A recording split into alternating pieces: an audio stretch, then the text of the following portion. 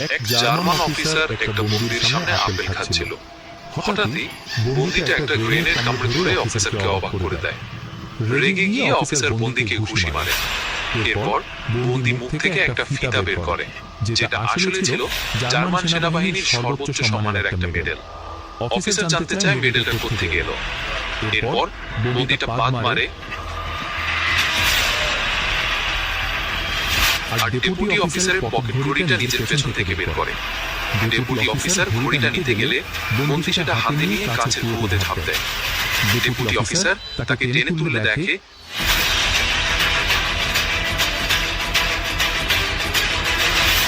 ঘড়িটা জাদুকরীভাবে আবার তার কাছে ফিরে এসেছে।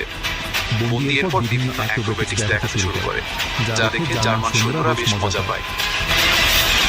সে কয়েকটা গ্রেনেড নিয়ে জাগিং করতে করতে গোদামে ঢুকে পড়ে আর মাথায় কাঠের পিপে পড়ে বেরিয়ে আসে।